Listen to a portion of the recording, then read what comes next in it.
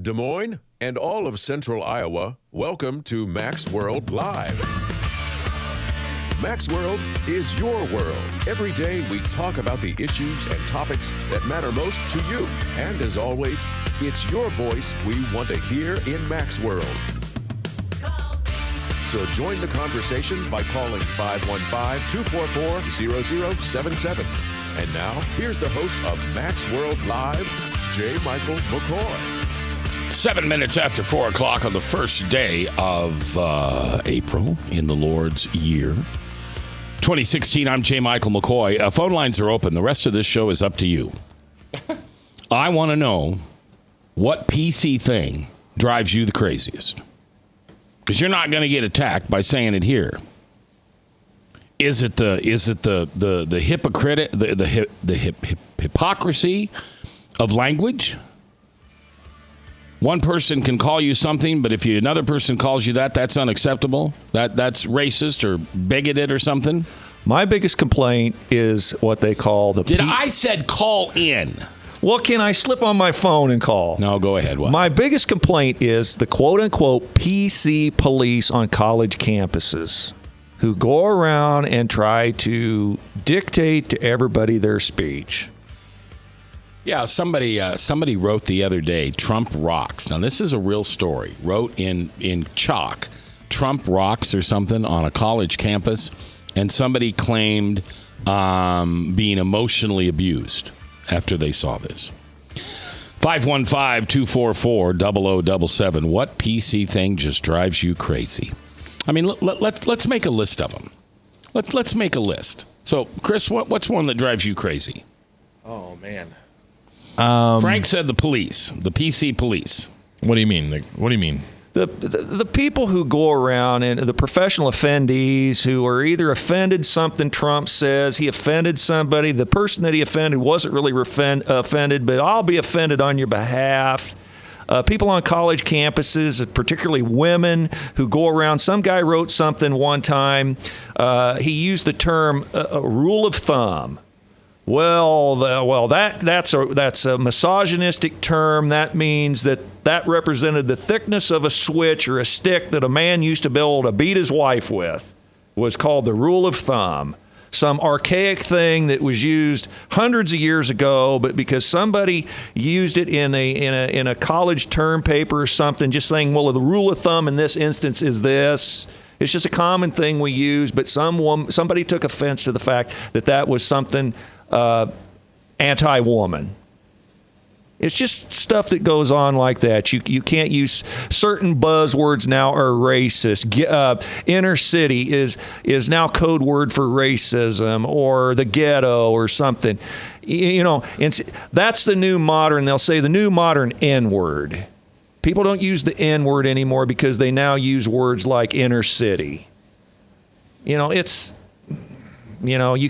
not a garbage man now. You're a sanitary engineer. I mean, there always has to be some a daycare worker is a teacher or something. I mean, it's everybody has to have a title or a term, and any term that is negative is putting somebody down. That's the stuff that just drives me bonkers. I think the only thing I don't know that any politically correct thing bothers me. I think it's difficult to interact with and communicate with someone who is personally constrained by those things, by being politically correct. There's a real sort of walking on eggshells type feeling that you feel when you're trying to communicate with someone who is always worried about offending something, or someone might overhear that and they may not like the way you said that thing. That just puts that's not a world I want to live in. That's fear. That's living in fear. You're constantly afraid. I just don't think that's a very productive way to live. So the only thing about the political correctness, I think, is it keeps people afraid of stuff. I mean, I don't want to be rude. I mean, if I'm saying something about someone, I don't want to be rude. Matt, Frank, you and I were just talking about the way that you particularly turn a phrase, and I said, "How is it that you have such a unique sense of language?" Hillbillies from ancestors from hillbillies of northern Missouri, right? And so, some people pronounce it Missouri, right? And so, and I said I don't want to be offensive to you, so I just said, how do you live in Iowa and talk like that? So, but that could be offensive, and I'm not trying to be. But and I think that's okay. We should avoid trying to be offensive. I don't think we should intentionally be rude and say derogatory things. But I think living under constant fear of doing it would just be exhausting. Well, here's a classic example of what I mean. Back when we were still downtown, before the campaign season even got kicked off, somebody decided that they're going to make a post of 13 things that you cannot say about Hillary Clinton, because she hadn't announced yet that she was getting into the campaign, for president of 2016. So this was pre-campaign. It was just speculation whether she was going to run or not. And somebody was already posting things. You can probably still Google it on the internet and find out what the 13 things were that you couldn't say about her. But if you used any of those, that would show that you're a misogynist. You're a woman hater if you used any of those 13 terms or phrases in writing about Hillary. 515-244-0077. I want to know what drives you crazy in the PC world. Frank, it's PC police. Chris, what's the thing that's fingernails on the chalkboard? Well, I think what I was trying to articulate a minute ago is the pressure that I feel, or that people feel, by trying to live by the politically correct guidelines. The sort of the oppression that is. It has its own stress level. To think, I better not say anything that might offend people. I know I've been in social situations where I feel uncomfortable because I don't know what I can say. That's the thing I don't like about it. I don't want to offend someone, but what political correctness or that kind of stuff has caused is increased my personal anxiety in social situations. Well, and I also believe, as Professor Stanley said earlier this week, that as a church we need to reclaim our identity. And when we allow people to change our speech to fit their narrative, that's changing the church's identity. It is what it is, according to our book, which is truth. And I have every right to believe in my truth as you had to believe in yours. Tolerance and love is our code. But when you tell me that I'm wrong, that I'm a bigot or a racist or what'd you call him, a misogynist? Misogynist is a woman hater. Or a homophobe or whatever you want to call me because I use a term that's not acceptable to you. Now who's being intolerant? Who's being politically incorrect? That's my point. So I want to know what yours is. 515-244-0077. Now, Bob, we haven't got to you yet. You're next on the list. What PC thing just drives you bananas? Cheetah bananas, I love you. Well, I wouldn't say exactly bananas, but it disappoints me when the president and his administration are referring to ISIL instead of ISIS. It just kind of bugs me because I know ISIL includes Israel, which to me is kind of a backhanded attack against Israel by including them as within. Well, he doesn't even use the term terrorist and Islam together. Okay, so right. tell me that again. I don't think I've heard this. What's the difference between ISIS and ISIL?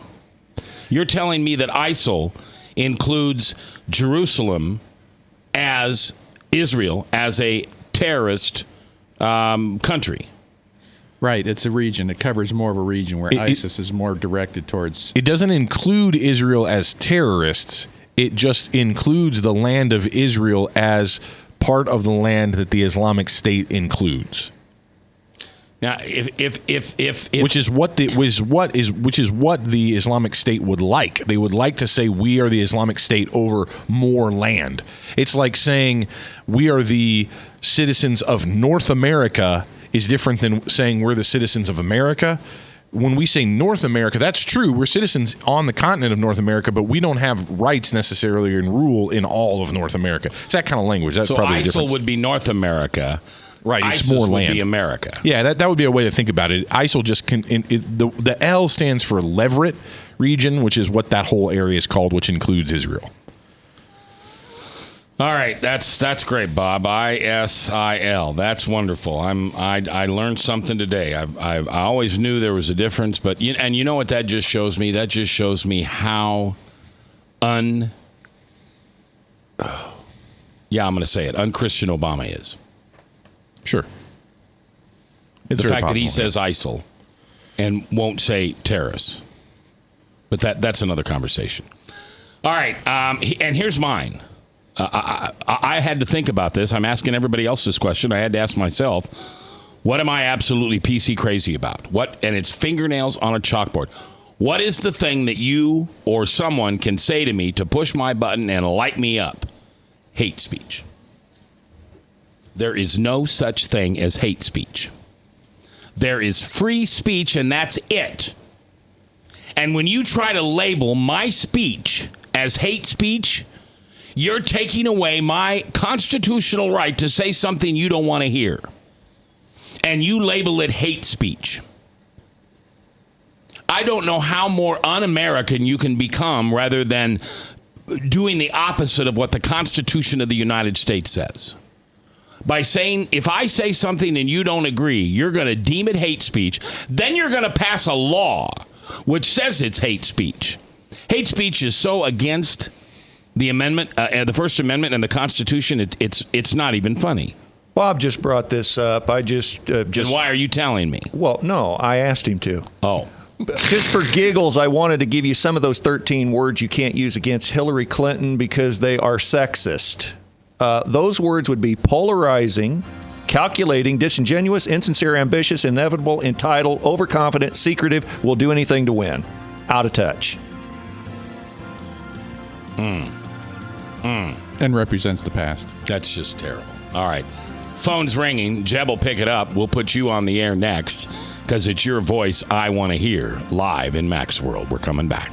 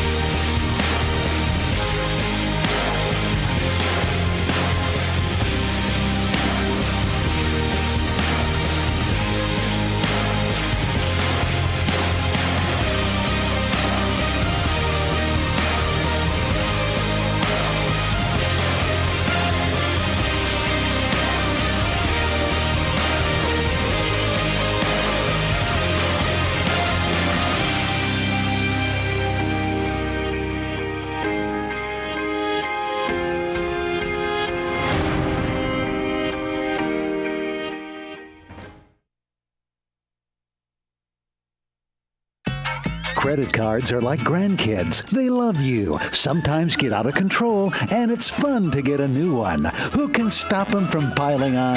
Hi, I'm Tom Coates with Consumer Credit of Des Moines. At the end of the day, you can return the grandkids, but you're stuck paying off bad credit card debt.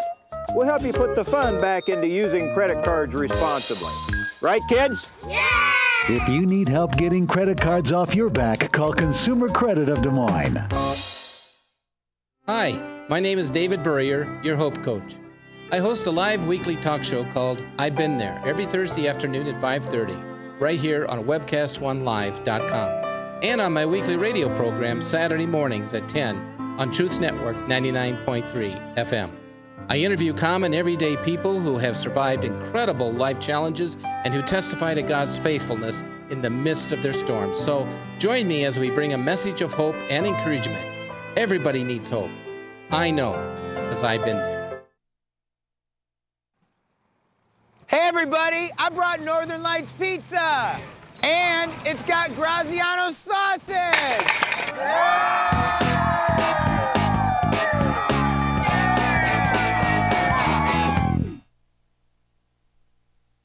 Rockton Prevention is celebrating 25 years of creating a caring community. We want to say thank you to the tens of thousands of Rock High School mentors that have carried our message of health, love, and encouragement to over 1.5 million children, teachers, and parents. Our mentors teach children methods and skills to prevent bullying and drug use. Thank you to all the school administrators, teachers, and counselors for the opportunity to serve you. Rock on, fair citizens. Rock on. This is Pat McManus for Rockton Prevention, the Richard O. Jacobson Foundation, and this station. From the RE/MAX Real Estate Concept Studios, this is Webcast 1 Live. 21 minutes after 4:21 on the first day of April. We're making a list of all the things that drive you PC crazy. All the things that society, the left, the low information voters, the progressives, the Democrats say you can't say, you can't do, you can't. Why? Because you can't. But it's the truth. No, it's not. No, it is the truth. It's right there. It's the truth. Well, it's not the truth to me, and it's called hate speech, and I will have you arrested for breaking that law. But before we do that, I must go to the phones. And as in tradition for the last 50-some years, my best friend from high school, grade school, elementary, church school, Montessori school, Kathy Lutz-Dusenberry, is on the phone with me today. Kathy, how are you? I am fine, Max. How are you? Good. I'm glad you called in, because I was going to call you live on the air and let it ring, and then you'd pick it up, and then I thought, she could be, I don't know, you could be in a bad situation and wouldn't be able to talk. But I'm glad you called in. Are you listening down there in Kansas City? Oh yes, of course. We're faithful listeners. So now you're you're 57 today, right? Yeah, sadly so. Yes. All right. And so what are you doing for your 57th birthday? I am meeting a group of friends, and we're going down to the Crossroads District in Kansas City and enjoying some food trucks. Oh, cool. Venues. Yeah. Yeah, food trucks. Food trucks. Oh, yeah.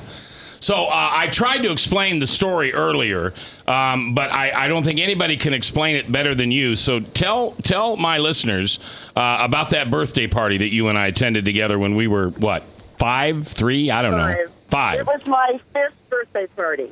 Yes. And my dad was a high school teacher, and he had some high school students there to help. And it was at my house. And you took it upon yourself to help me open up every one of my presents. and then to cap the whole event off, you danced me around the living room floor. Oh, I danced you around the living room floor? Yes. I don't remember that. Well, I don't remember the whole thing. I'm just going by what everybody's told me. Oh, okay. But that is what I've always been told, is that you opened up all my presents. Well, you helped me. I'm going to make that. Well, I don't think I helped you. I think I opened them up. I think you were working on one, and I'm over there working on the rest of them. Well, I'm sure it was quite a bounty of goods, and we were all excited about it. So. All right. Well, happy birthday. I love you. Did you get my voicemail this morning? Yes, I did. Thank you. So I would have been the first person to wish you happy birthday, because I'm assuming you were asleep when I called. I was. So if you had answered the phone, I would have been the first person to wish you happy birthday on this April 1st. That's right. Okay, good. That's right. Congratulations. Well, see, I'm making up for last call, because last year I didn't call her on her birthday. I called her the day after or something. I don't remember what happened. And that just wasn't right. Yeah, I think there was I think there was a tornado or maybe a mass murder that I had to cover, something very insignificant compared to calling you on your birthday. That's right. All right. Oh. All right. I love you. I will see you soon. Have a great day. Great. See you soon. Take care, Max. All right. Bye-bye. Bye. What a sweet woman. What a sweet woman. You know, do you stay in touch with anybody that you've known all your life? Sadly, I'm really bad at that, no. Okay. How about you, Frank? Other than relatives from Missouri. Not all my life, but I stay in touch with some friends that I had in grade school and high school. Okay. Robert? Yes, one of the girls that I dated when I was a teenager. We're Facebook friends. Really? Mm-hmm. Does your wife know that? Yeah. How does she feel about that? Doesn't bother you. All right, No. good. 515-244-0077. I just got the look. 515-244-0077. That's the number to call. I want to know what drives you PC crazy. Frank is PC police, so those people who like to point out that you're not politically correct. Chris is pressure to live by PC, and I get that. Bob is the fact that President Obama calls it ISIL rather than ISIS, because ISIL includes Jerusalem and Israel, where ISIS does not. And mine's the fact that you call what I say hate speech.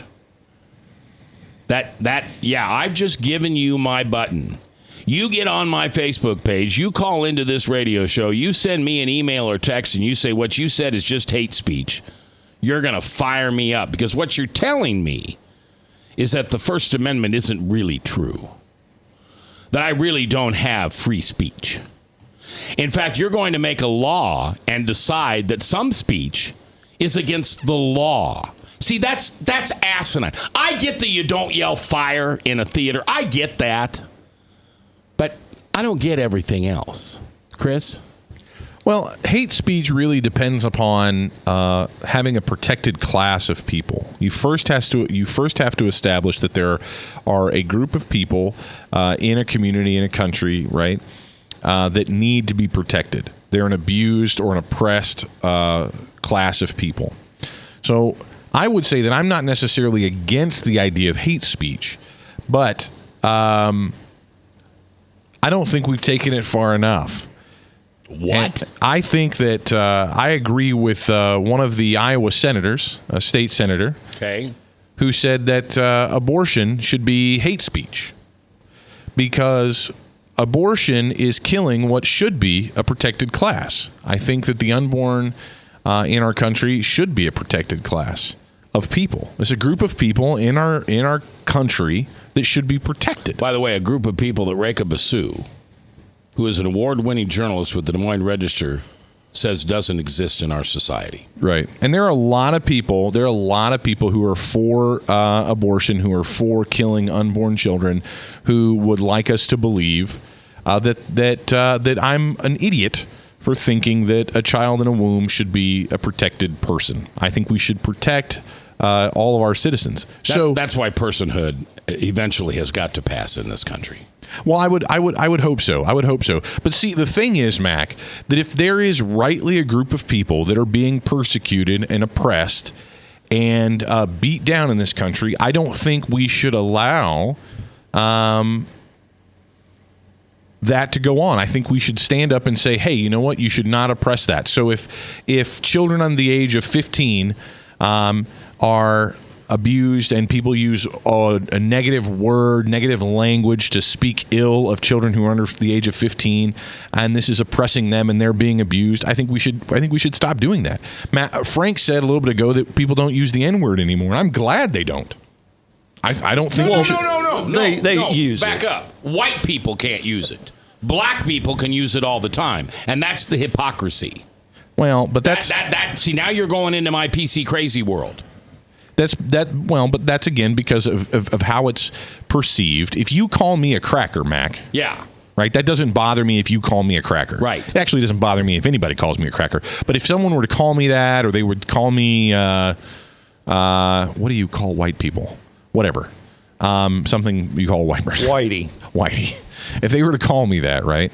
But see, I wouldn't care. I've got friends who are black, and if they want to call me cracker and whitey, I don't care. Right. But as soon as I fire back the N-word, they better not get their hair in a bunch. Now, I never use that word. I hate that word. Right.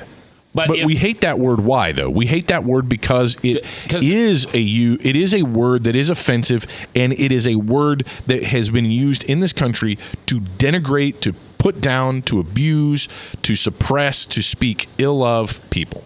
Frank. Can I give you a really tortured, and I'll be quick, example? You got a black guy, a gay guy, and me walking down the street. Is this a joke? No. A car comes by, says, hey, N-word, jumps out, hits the guy in the head with a ball bat, cracks his skull open. A couple blocks later, car pulls up, hey, gay guy with the gay slur, busts his head open, ball bat, cracked skull. I'm walking further down the road. I get busted my skull open for no reason. 2 of those are hate crimes. What's the difference? There's 3 cracked skulls. It's a tortured analogy, but what I'm saying is hate is hate. It doesn't make, a cracked skull is a cracked skull no matter who's receiving it. A protected class or a non-protected class. Right. The discussion, though, has to be around, and this is where I think the discussion is most interesting. It's one thing to say, okay, hate speech, blah, blah, blah, blah, blah. It's a hate crime to do violence. That, I agree with you. I think, Frank, that, violence is violence. It's wrong no matter who you do it against. But the discussion, I think, needs to center around what is a protected class and how do we define that? I don't think enough people spend time really discussing that because too many of us who don't like hate speech and that language talk up here about the thing that really isn't the issue. Because if we can either agree or disagree on what a protected class is, then we can agree that we shouldn't oppress people who should be protected. All this stuff was based on Harry Blackmun's 1965, Harry Blackmun, Supreme Court Justice, Equal Protection Clause. That's what gay marriage was given to us under, is the Equal Protection Clause. If somebody's getting extra rights, that means somebody isn't getting extra rights. So everybody isn't being equally protected. 515-244-0077. That's the number that you can call if you want your voice heard. Gay is on the phone. Hi, you're welcome in Mac's World. How are you today? I'm doing great, Mac. How are you? I'm good. You were talking about pet peeves and politically correct? Yes. Well, the last person that was talking was using my name to describe somebody's sexual orientation. Right. And that just drives me bonkers. I don't blame you. Well, and I've had the name for 55 years. I like the name. My husband loves the name. But the people that, because I had to change how I introduce myself because of this. Wow. Yeah, I can't go around and say, "Hi, I'm gay." People look at me really. So what? This is really interesting. I'm glad you called. So do you think we should drop the word gay in talking about someone who's homosexual? Yes. I think that I don't think there should be a distinction. They should just be homosexual. Instead of lesbian and gay and bi, etc. Yeah. Gay, bi, just their LGBT, lesbian, gay. They need to get rid of all of that. Bi and transgender. That's true. That's a good point. Yeah. You'd be a ball at a party. Hi, I'm gay. Oh, I'm really fun at church. Oh, I'll bet. Plus, by the way, you have a great laugh. Oh, thank you. Well, hey, I appreciate you calling me gay. Yes. And call me anytime, gay. All right. All right. Bye-bye.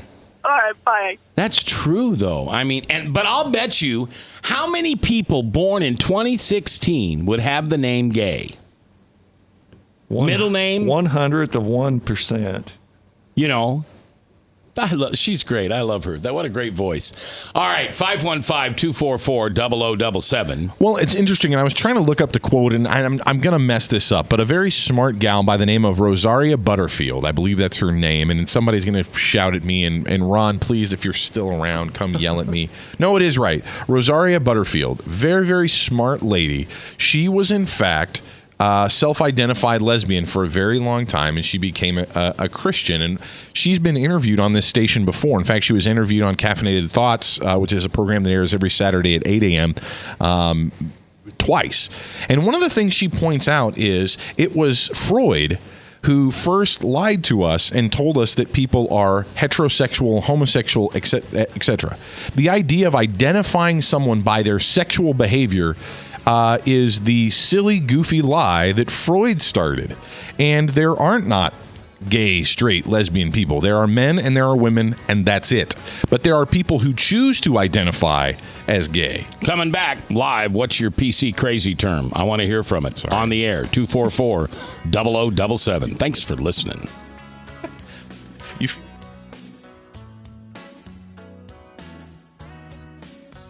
Northern Lights Pizza's amazing garlic butter makes amazing breadsticks. Now available in 12-ounce bottles at Northern Lights, Hy-Vee, and Graziano's. Northern Lights Pizza. I'm Brian Leach, owner of Service Legends, and my position is Chief Talent Officer. I'm Nicholas Wonderscheid. I am Bernie Hobbs. And I'm the Service Manager. Marketing Director and Client Relations Manager. Everything that we do is about ensuring that we exceed your expectations. Our clients are important to us. 100% satisfaction. We're not just focused on heating and cooling. That's the easiest part of our job, actually, is fixing furnaces and air conditioners. Everyone that we come in touch with, we want to improve lives. Bottom line is, we've got our installation guarantees, 25% energy savings guarantee, comfort guarantee, temperature selection guarantee, property protection guarantee. 100% satisfaction guaranteed, fixed rate or it's free. All of those guarantees are backed up with a 100% money back guarantee to hold ourselves accountable to making sure that you get what you're after. Just fixing the problem today. If they have another problem 5 days down the road, it's still fixed rate or it's free. We use what's called straightforward pricing. Our technicians are going to give you an exact to-the-penny price on what it's going to take before they move forward with any repair. That way you know what to expect. It's the same price every day. No surprises. If you get off work at 5 o'clock in the afternoon, you come home, you realize that, oh, my furnace is broken. Now you need to call somebody out that night. You shouldn't have to pay more for that. We're guaranteeing service 24/7. We run afternoons, evenings, nights, weekends. We're staffed to work that. Phone rings at 3 in the morning. You'll get one of our representatives answering the phone every time. We're not sending you out to Timbuktu in some call center. It's our Service Legend team members, our mission control team. I'll take a call anytime. And then they answer the phones the same way during the day as they do at night. It's a great day at your service company. How can we make you smile? That's the only way to provide true 24-hour service. When you're able to let somebody actually live in their home safely when they weren't able to do that before, where they don't have to stay up at night and worry about, is the heat going to come back on? Are we going to freeze the pipes? Is the baby in the room next door going to be sick because they got too cold? When you're able to help somebody overcome challenges like that, that's impacting a life. That makes a difference. I get goosebumps thinking about it. I love the team. I love the people that I work with. We have fun, but we work hard. I call them my ambassadors of legendary service. If you could just envision what that is, that's who we're sending to your home. They literally will call in, pick up the phone and call and say, hey, I want to talk to your manager. And I get on the phone, they're like, that technician that was at my house was the greatest technician ever. That's cool to me. We want to brighten people's days. Every person that we have going into the house has gone through an extensive background check. Drug testing, we have a very thorough interview process that 1 out of 140 people make it through. If we promise you something, that's what you're going to get, no matter what. We're here when you need us to protect the safety and comfort of your family. If you're not happy, we're going to make it right. If we're willing to put 100% money back guarantee on what we do, what type of work do you think we do? Give us a call. We're there for you 24/7, 365 days a year. Enough said. I'm going to take 2 first. 4:38. 22 minutes before the top of the hour. Hank, the Bible Answer Man at 1-888-ASK-HANK. He had a great caller on yesterday. He was a guy that wrote a book about ISIS and what they're really all about. Oh, it was a great show. I hope you listened to it today. First day of April Fool's Day to you. No, there's no April Fool's joke here. There's none. Although I just pulled a handful of caramels, homemade caramels out of my pocket. And, you know, roll-off is so funny. This is true, right? If food comes within like 15 feet of your nose or your eyes, you're like, can I have some? Can I have some? Can I have some? Can I? What's that? What's that? What's that? So he said, are those caramels? I said, yeah. And I threw him one. I said, you can have one. He said, no, it's an April Fool's joke, right? Which is something I probably would have pulled. You would have bit into it and it would have tasted terrible. But no April Fool's joke here. But I am asking you what drives you PC crazy. 515-244-0077. I'm going to go to line 201 where we have a caller. Caller, you're live on the air. How are you today? I'm good. How are you? I'm good. What's your thoughts? Well, this might upset a lot of people, but African American. Oh, that's the PC thing that drives you crazy? I love it. Yep. Okay, tell me why. Because unless, and this might make some people upset. My husband is black, and he says, unless you just stepped off the boat, you're not African American. You're black. Right. And I'm white. I'm not German, Irish. I'm white. Yeah. And I just think we, like you already know, we just try so hard to tiptoe, and it's like, come on. just be who you are and stop making everything so complicated. Okay, so now when you and your husband are socializing with blacks, Yeah. do you ever bring that up? Well, we are around mostly white people. Okay. No. Well, I want to thank we you. We really don't bring it up very much because, you know, he's more soft-spoken, and I, you know, obviously being the white person, don't want to offend anybody, which is the whole point. Yeah, well, I am certainly glad that you called today and you said that. That's very brave of you. I really appreciate it. And I've thought of that before. And this goes back to a conversation that I've been having for 20 years, and that is we in America suffer from this thing called white guilt. Yes. We still think for some reason we should feel guilt and shame about slavery in America. And the thing I always try to remind people is, do you know how slavery started? It was black people selling black people. Yeah. It wasn't white people. Yeah. Yeah. Yep. White people participated, but yeah, you're right. All right. Thank you very much for calling. Yes, thank you. Have a great weekend. You bet. I appreciate it. All right, let's go to line 107 where Lisa is standing by. Lisa, how are you today? I am great. How are you? Good. So what drives you PC crazy? Well, I actually just kind of have a question. All right. What's the difference between PC and, because I don't mind PC as much as a lot of people do. But what's the difference between being non-PC and just being a jerk? Okay, let's talk about this. That's a good question. So what's the difference between being non-PC and just being a jerk? Because if I want to say somebody is gay, okay, or homosexual or whatever, but I mean, I don't understand why people would want to use a slur. I'll tell you, let me throw this out. I'm not sure. The F word for gay, that's rude. Yeah. Why would they want to use that? The what word? The F word for fire truck. For homosexuals. Yes, that one. The bad one. F-A-G, yeah, okay. The bad one. Okay, so here's... That's rude. It just makes people feel bad. Why? I mean, why would you want to use it? All right, so how about this? Maybe the difference is malicious compared to incompetence. Oh, exactly. You have to admit that if I'm around a bunch of a bunch of black people, and I use the N word, I'm either dumber than heck, or I'm trying to make them mad. Or you're a jerk. Or I'm a jerk. That would be malicious. Or acting like a jerk. Nobody's really a jerk, but yeah. Yeah, I guess that makes sense. But I mean, and even because I don't think. I mean, there's a lot of different people that I associate with, and when you're talking about is telling what the Bible says or speaking the truth in love, as Bob Vanderplat says, but I've never heard anything loving coming out of his mouth, but I digress. If you're speaking the truth in love, you know, and you have a relationship with him, like Rosaria Butterfield says, but when you're standing across a picket line and saying, God says that, you know, and that the Bible says this, and you're just a big sinner, and you're just a pervert, and you're just, you know what I'm saying? And I think that's where we've kind of bent all the way the other way because there was so much of that going on. Yeah, now... Does that make sense? Yes, it does. Now, I had a thought and I forgot it. I'm sorry. No, that's okay. I'm fascinated by this conversation because I like it.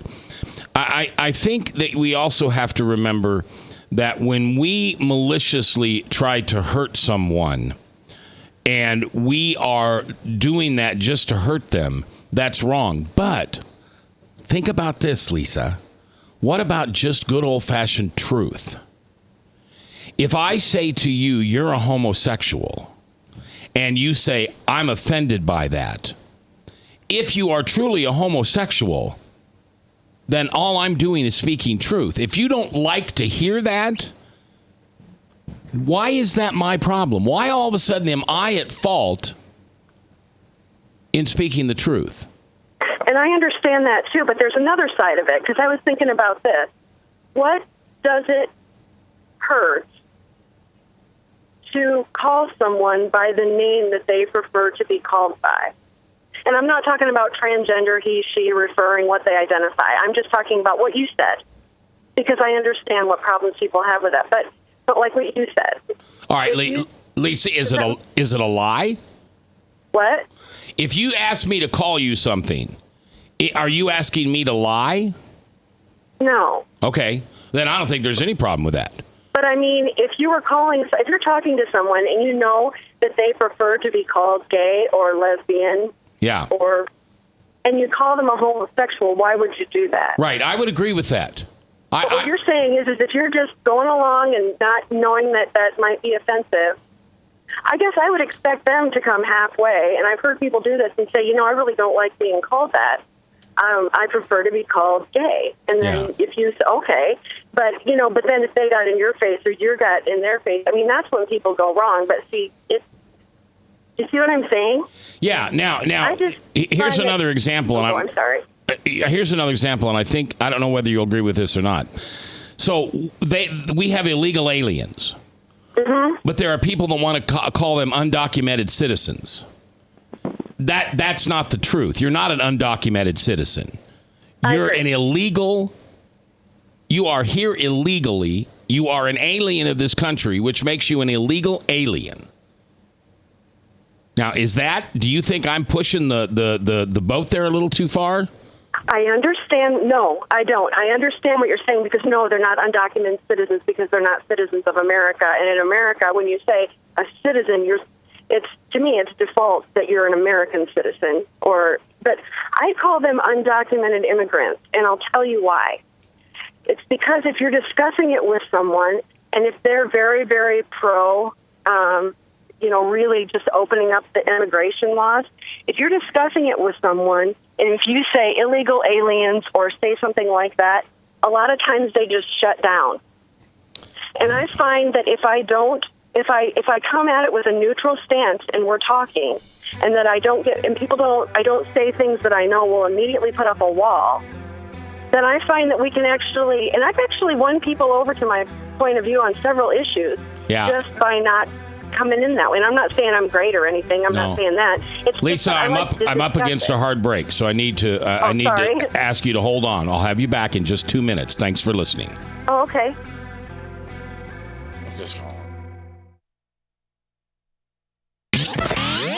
From the RE/MAX Real Estate Concept Studios, this is Webcast One Live. Credit cards are like grandkids. They love you, sometimes get out of control, and it's fun to get a new one. Who can stop them from piling on? Hi, I'm Tom Coates with Consumer Credit of Des Moines. At the end of the day, you can return the grandkids, but you're stuck paying off bad credit card debt.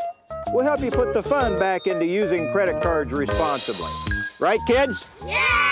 If you need help getting credit cards off your back, call Consumer Credit of Des Moines. Rockton Prevention is celebrating 25 years of creating a caring community. We want to say thank you to the tens of thousands of Rock High School mentors that have carried our message of health, love, and encouragement to over 1.5 million children, teachers, and parents. Our mentors teach children methods and skills to prevent bullying and drug use. Thank you to all the school administrators, teachers, and counselors for their opportunity to serve you. Rock on, fair citizens. Rock on. This is Pat McManus for Rockton Prevention, the Richard O. Jacobson Foundation, and this station. Northern Lights Pizza, your home of the tasty crust. Our garlic butter sauce now available in 12-ounce bottles at Northern Lights, Hy-Vee, and Graziano's. Northern Lights Pizza. Hi, my name is David Burrier, your Hope Coach. I host a live weekly talk show called I've Been There every Thursday afternoon at 5:30, right here on webcast1live.com, and on my weekly radio program Saturday mornings at 10 on Truth Network 99.3 FM. I interview common, everyday people who have survived incredible life challenges and who testify to God's faithfulness in the midst of their storms. So join me as we bring a message of hope and encouragement. Everybody needs hope. I know, because I've been there. From the RE/MAX Real Estate Concept Studios, this is Webcast One. 10 minutes before the top of the hour, first day of April. Kathy Lutz Dusenberry's 57th birthday. Happy birthday Kathy. I'm going to bring Lisa back because I cut you off. And maybe you were done, but But you know, Chris just was out of the studio and he came back and he said, what did she say about undocumented worker and illegal alien? And here's what I heard you say. If you want to have a productive conversation with someone, in other words, move the subject down the line. And if somebody says, I'm not black, I'm African American, I'm not gay, I'm homosexual, I'm not lesbian, I just prefer women, and that allows that conversation to move, then why can't I meet them halfway and do that? Is that what I hear you saying, Lisa? Yes. Or just like if you're talking to a Democrat, you could say, oh, you're a Democrat, not a low-information voter. Because I found that it makes them mad. I know. That's why I do it. But why would you want to make them mad? Why wouldn't you want them to listen to you? Well... And listen to your point of view. You're right, Lisa, but it hurts. Yeah, right. No. I'm sure you're totally going to change it. No, I'm not. You're going to stop doing that. I know. I'm not. But you have. But anyway, that's my thing. So. But understand something for me, though, Lisa, and tell me if you think this is wrong, because I like you. I'll take it if you say I'm wrong. I call them a low information voter because they are. It's the truth. They go on the first thing said, and they'll grab a hold of it. MSNBC is still talking about the fact that Donald Trump thought women should be punished for having an abortion, even though he came back within an hour and said, that's not what I meant. I know I said that, but let me further that conversation. They're low information. They don't take the rest of the information. I'll give you a perfect example. An unborn baby is not a human. A low information. Rekha Basu said that in her column 2 weeks ago. I used to think they were a blob of tissue until I learned about forming, and then I actually changed my mind about abortion. I used to be pro-choice, and I changed my mind, and it was because somebody engaged me gently. Yeah, right. All right, Lisa. You know what I'm saying? Yes. No. I am painfully convicted by your phone call today. I don't think so. Well, no, seriously. I appreciate people because you're right. You're right. If we can tolerate each other and meet each other halfway with language, then we can move the conversation down the road. But you're exactly right. When I call somebody a low information voter, they're probably not going to feel really close to me and want to discuss. Honestly, I know plenty of Democrats that do a ton of research on both conservative and progressive, liberal, whatever Democrat sites, and they just have a different point of view. They have plenty of information. They just don't think the same way. They have a different point of view. Lisa, you're right, but at some point, truth has to come in. When someone who has the point of view that an unborn child is just a clump of cells and is not a human till it's born, they're wrong. That's right. They are wrong. Yeah. So I don't need to respect their point of view when they're. No, you don't. Yeah. Okay. That's good. But if you disagree with them and say, I do not agree with you, we probably shouldn't talk about this anymore because obviously neither of us are going to change our mind. But the reason why I do that is because I think it is my job, especially as someone who is formerly pro-choice, to say to them, this is what I used to think. I totally know where you're coming from. I honestly used to have bumper stickers on the back of my car when I was younger for pro-choice until I found out exactly what is done and what stage the baby's at. Yeah.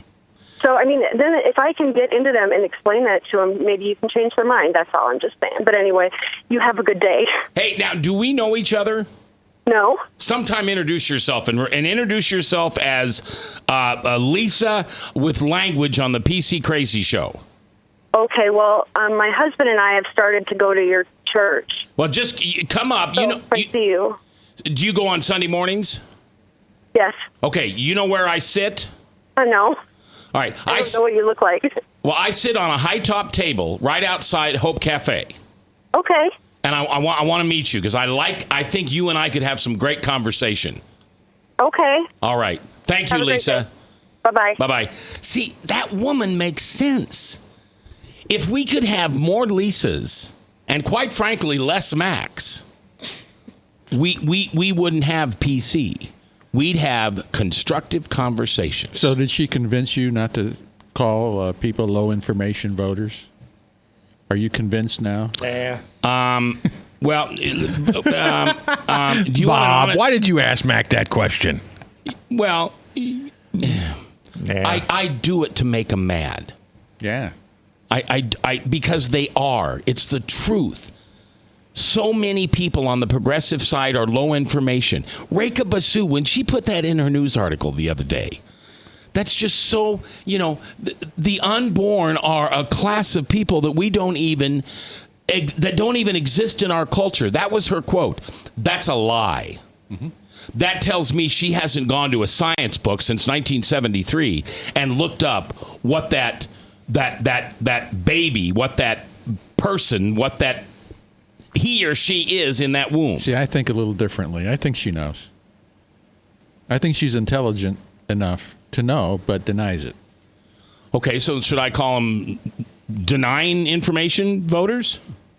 Deniers. Hey, how's that? How about deniers? How about willful liars? Frank, you had something you wanted to add on that. Go ahead. Oh, I was just wanted to ask Lisa a couple things about if we're going to stop certain language, should everybody agree to it? Like the N-word.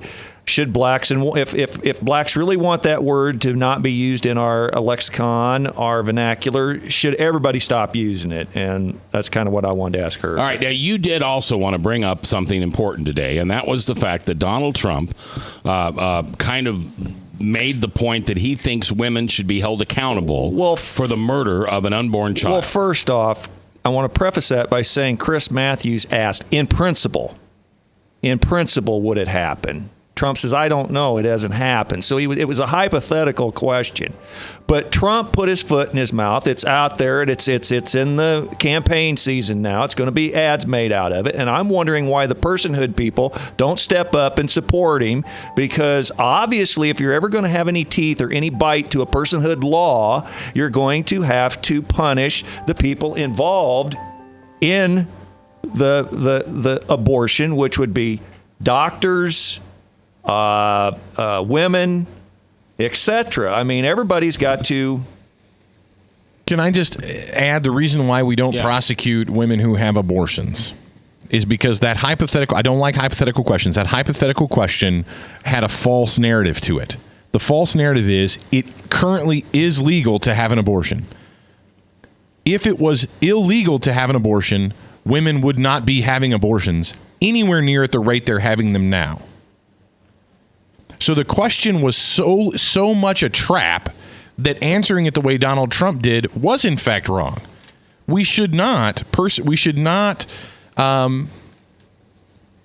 prosecute women who have abortions. Correct. Because right now they're doing what is legal. Yeah, correct. That wasn't the question. He was saying if I assume he was right, but if it was illegal, they wouldn't be doing it. If Donald Trump was smart, he could have turned the question around and said, "Well, the question that you asked me is dumb." All right. Listen, thank you for a fun Friday. Thanks for enjoying the show with us. Thanks for calling in. Thanks for new listeners and new friends. And remember, this weekend, would you just please forgive somebody you've never forgiven that you have to forgive, because when you forgive, you will be forgiven. I'll see you in church.